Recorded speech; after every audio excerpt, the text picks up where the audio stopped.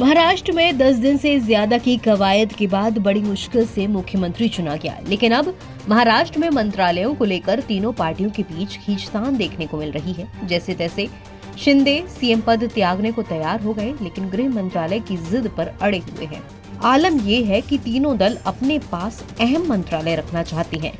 शिंदे की नजर गृह मंत्रालय पर है तो अजित पवार वित्त मंत्रालय रखना चाहते हैं। चर्चाएं हैं कि बीजेपी ये दोनों ही मंत्रालय अपने पास रखना चाहती है। अब ऐसे में शिंदे को संतुष्ट करने के लिए बीजेपी ने तोड़ निकाला है। बीजेपी शिंदे को गृह मंत्रालय तो नहीं देने जा रही, ये फडणवीस पहले ही साफ कर चुके हैं। ऐसे में बीजेपी ने शिंदे के सामने 3 खास मंत्रालयों की पेशकश की है, जिसमें से वो अपना मन पसंदीदा विभाग चुन सकते हैं। वैसे तो होम मिनिस्ट्री पर बीजेपी के इनकार कर देने के बाद एकनाथ शिंदे चाहते हैं कि उन्हें वित्त मंत्रालय मिल जाए। इसे होम मिनिस्ट्री जितना ही पावरफुल माना जाता है। पिछली सरकार में ये अजित पवार के पास था, इसलिए अजित पवार उस पर दबाव बना रही हैं। लेकिन बीजेपी के सीनियर सूत्रों ने बताया कि डिप्टी सीएम एकनाथ शिंदे के सामने गृह मंत्रालय की जगह 3 दूसरे मंत्रालयों का विकल्प दिया गया है।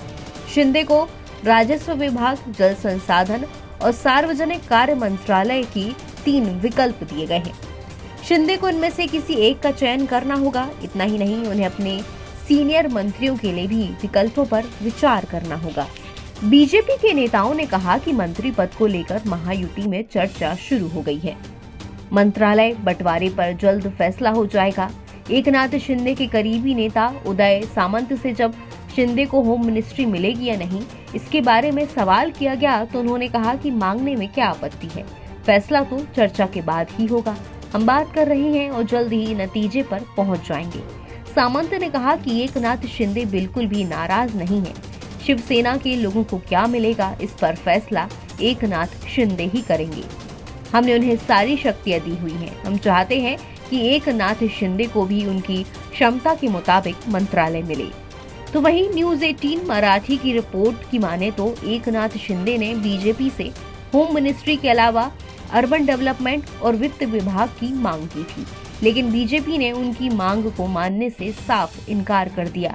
इससे शिंदे नाराज हो गए और आखिरी वक्त तक मंत्रिमंडल में शामिल होने को लेकर सस्पेंस बनाए रखा और दृढ़तापूर्वक निर्णय लिया कि यदि मुख्यमंत्री पद की शपथ लेने से उन्हें मन मुताबिक हिसाब नहीं मिला तो शपथ ना लेना ही बेहतर है। जब ये खबरें बाहर आने लगी कि शिंदे शपथ नहीं लेंगे, तो आखिरकार फडणवीस ने इस पर ध्यान दिया और शिंदे से मुलाकात। एनबीटी ऑनलाइन की रिपोर्ट।